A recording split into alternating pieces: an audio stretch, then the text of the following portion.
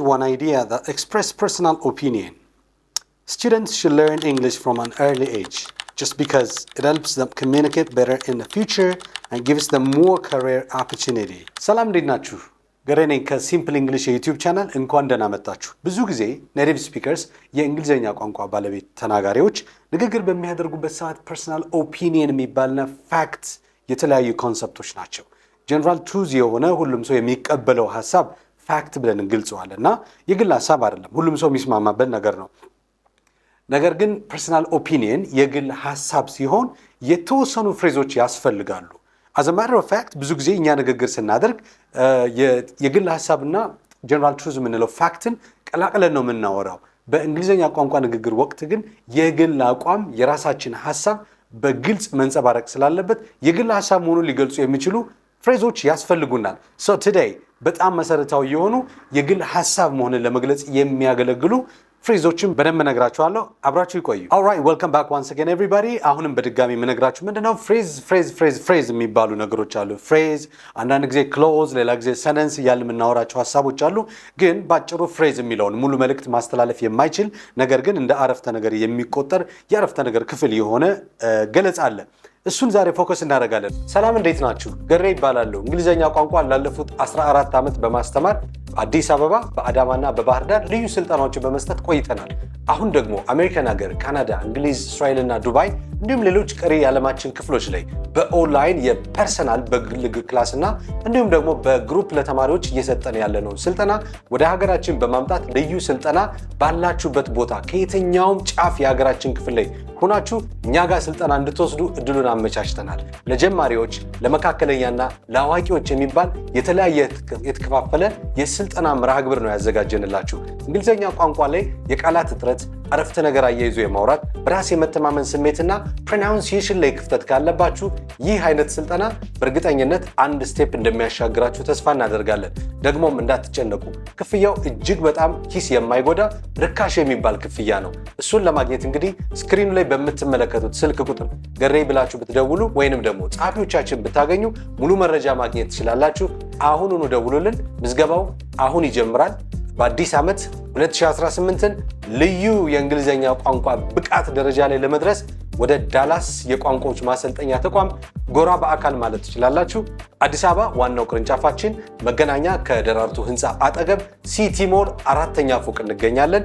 ብቃት ላለው ስልጠና እንዲሁም ደግሞ በራስ መተማመን ለሚደረግ ከፍተኛ የሆነ የእንግሊዘኛ ቋንቋ መሻሻል ሂደት ዳላስ ዋስትናውን ይሰጣቸዋል።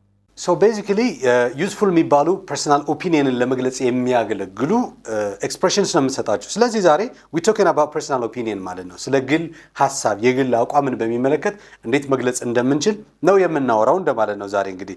so what's really very common here is I think የሚል ቃል አለ. but when it comes to I think I really appreciate if you guys could pronounce it very correctly. በትክክል ፕሮናውንስ ብታደርጉት naturally ፕሮናውንስ ብታደርጉት ጥሩ ሳውንድ ማድረግ ትችላላችሁ። ስለዚህ you're not going to say I think I think kind of no. I think you got to bring out the tip of your tongue here. ጫፉን የምላሳችሁን ጫፍ ወጥ አድርጉና I think ማለት ትችላላችሁ። so I think እያልን የምንገልጸው የግል አቋምን ይሆናል ብዙ ጊዜ ማለት ነው። በሌላ አገላለጽ ማለት ነው in my view እንደማለት ነው። in my view ማለት እይታ አንደርስታንዲንጋችን መረዳታችን ነው። ስለዚህ in my view, in my thoughts, in my perspective እንላለን። እነዚህ view, thoughts, perspective የሚባሉ ቃላቶች ተመሳሳይ ትርጉም ያላቸው ቃላቶች ናቸው። so you can say I think or in my view or in my perspective instead of I think. ሌላኛው ምንድነው in my opinion በግል ሐሳቤ።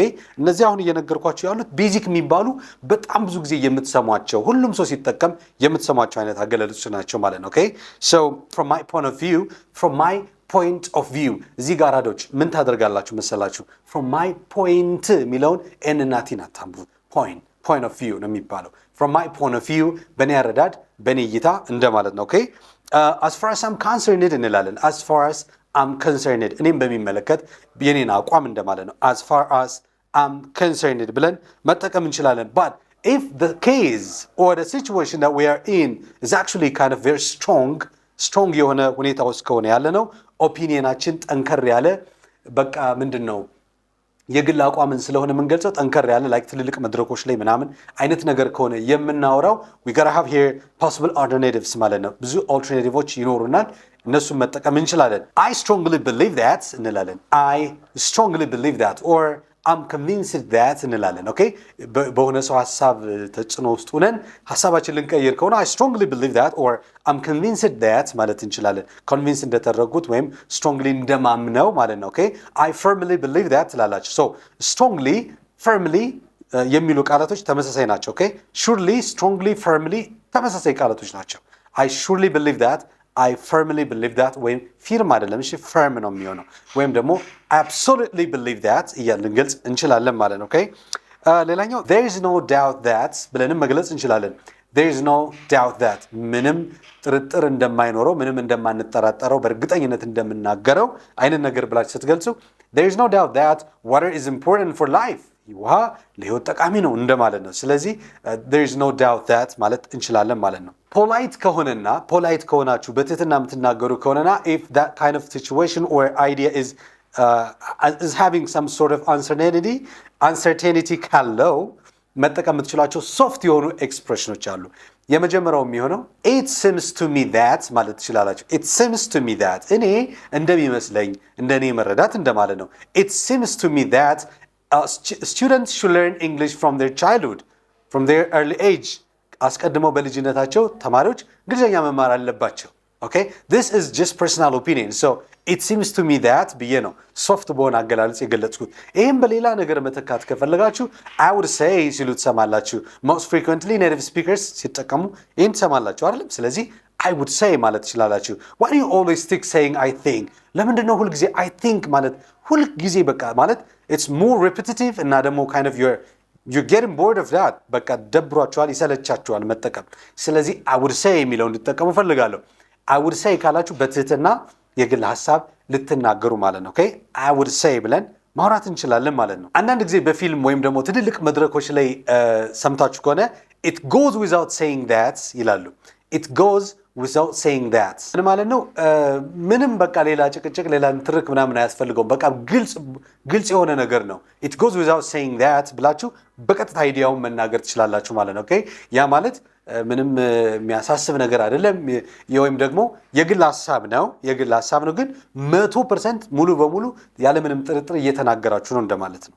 from a broader perspective እንላለን አንዳንዴ ደግሞ አይደል from a broader perspective ምን ማለት ነው? እንግዲህ ሰፋ አድርገን ነገሩን ከብዙ ነገሮች አንግል ስናየው from a broader perspective ብዬ ከተናገሩ ከብዙ አንግል ነው ነገሮችን የተናገሩ ሰው አውጥቼ አውርጄ አናላይዝ አድርጌ ነው ሐሳቡ የምናገረው። so kind of meeting ሲኖራችሁ ትልልቅ መድረኮች ላይ የቢዝነስ ዲስከሽን ሲኖራችሁ ፎርማል የሆነ ኮንቨርሴሽን ሲኖራችሁና የግል አቋማችሁ ስትናገሩ from a broader perspective ካላችሁ በቃ ነገሩን በደንብ በጥልቀት አይታችሁ መርምራችሁ ነው የምትናገሩት እንደማለት ነው። from a broader perspective which again ነው advanced የሚባል ኤክስፕሬሽን ነው የኛው ማለት ነው። እርግጠኛ ካልሆናችሁና በተወሰነ መንገድ ደግሞ ሐሳቡ ላይሆን እንደሚችል ነገር ግን አቋማችሁ ስትናገሩ አንድ ሐሳብ መጠቀም ትችላላችሁ። አንድ ልዩ የሆነ የእንግሊዘኛ አገላለጽ ማለት ነው። to a certain extent ማለት ትችላላችሁ። to a certain extent I agree that ብላችሁ ትቀጥላላችሁ። to a certain extent I agree that English language is important for our professional life. እንግሊዘኛ ቋንቋ ለሙያዊ ህይወታችን በጣም ይጠቅማል። to a certain extent extenቱ ምን ያክል ነው? certain extent ነው በተወሰነ መጠን እንደማለት ነው። okay I agree that ብለን እናስቀጥለዋለን ኮማ ካደረግን በኋላ ያው ስክሪኑ ላይ ስለምትመለከቱት የራሳችሁን ኤግዛምፕል ለመስራት ይጠቅማችኋል ብዬ አስባለሁ። one could reasonably claim that ብሎ ደግሞ ይጠቀማል። okay one could reasonably claim that English language is important for our professional life አንድ ሰው በምክንያት ማንም መናገር እንደሚችለው ብለን ሐሳብ ስንናገር it's not only your personal opinion ግን የሌሎችም ሐሳብ ሊሆን እንደሚችል አይነት ነገር ሼር አድርጋችሁ ስትናገሩ ስትሮንግ የሆነ በቢዝነስ አንግል ከቢዝነስ አንግል ሐሳባችን ስንገልጽ ወይም ደግሞ ከፎርማል አገላለጽ አንፃር ስንናገር በዚህ መንገድ መጠቀም ትችላላችሁ ማለት ነው። one could reasonably claim that ካላችሁ one can reasonably claim that ማለት ትችላላችሁ።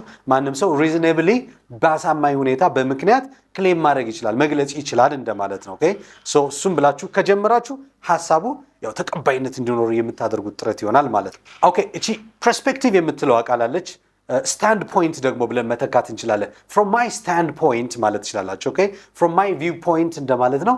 from my standpoint ስለዚህ viewpoint standpoint perspective opinion የሚሉ ቃላቶች ተመሳሳይ ትርጉም አላቸው ማለት ነው። from my standpoint ብላችሁ መጠቀም ትችላላችሁ። ለምሳሌ ከናንተ ውስጥ from my perspective from my opinion ብሎ in my opinion ብሎ የሚጠቀም ሰው ካለ from my standpoint በሚል ቢቀይር you're going to have alternative expression አማራጭ አገላለጽ ኖራችሁ እንደማለት ነው። so ይሄን መጠቀም ትችላላችሁ right okay አንዳንዴ ደግሞ በጣም የገረመኝ እኔ በጣም የነካኝ ነገር ምናምን ብላችሁ ስትገልጹ what strikes me is ማለት ትችላላችሁ። what strikes me on ይቻላል። what strikes me is ብላችሁ መግለጽ ትችላላችሁ። ስትራይክ ያደረገኝ ነገር የነካኝ ነገር በጣም እኮ የተገረምኩት ነገር አይነት ነገር እንደምንለው ማለት ነው። ኦኬ amazing amazement ምናምን ከሚለው ቃል ወጣችሁ what strikes me here is ካላችሁ በዚህ መንገድ መጠቀም ትችላላችሁ። ወይም ደግሞ what strikes me most here is እንደማለት ነው። በጣም ስትራይክ ያደረገኝ ነገር ብላችሁ እንደመጠቀም ነው። ከዛ በኋላ ጉዳዩን ማውራት ትችላላችሁ። ኦኬ ልትገልጹ የፈለጋችሁትን ሐሳብ እንደማለት ነው። it could be argued that ማለት ትችላላችሁ። ደግሞ it could be argued that ለክርክር ሊቀርብ የሚችል ሐሳብ ከሆነ ያው argument አለ አይደለ? ኦኬ agreement ተመሳሳይ መስማማት ነው። argument ደግሞ ተቃራኒ ሐሳብ ነው አለመስማማት። ስለዚህ it could be argued that ለክርክር የምታቀርቡት ሐሳብ ከሆነ it could be argued that ብላችሁ ቀጣይ ሐሳቡን ማምጣት ትችላላችሁ ማለት ነው። በዚህ መንገድ ሐሳቡን ብትገልጹ ትንሽ ኮንቪንስ ለማድረግ ሰውን ይመቻቸዋል። but at the time of expressing your personal opinion there actually we need to have common phrases that I think the list could be that I have been telling you so far. So you can use all these expressions and make sure that point of stand is from your perspective ከናንተ ሐሳብ መሆኑ የናንተ መሆኑን ለማረጋገጥ የምትፈልጉ ከሆነ ካሁን በፊት የነገርኳችሁን አገላለጾችን ብትጠቀሙ more convincing መሆን ይችላል ማለት ነው። thank you so much በፍጥነት ባለኝ አጭር ጊዜ ነው ችን ቪዲዮ የሰራሁት። አብራችሁ ስለነበራችሁ በጣም አመሰግናለሁ። see you another time with a good videos to come. See you then.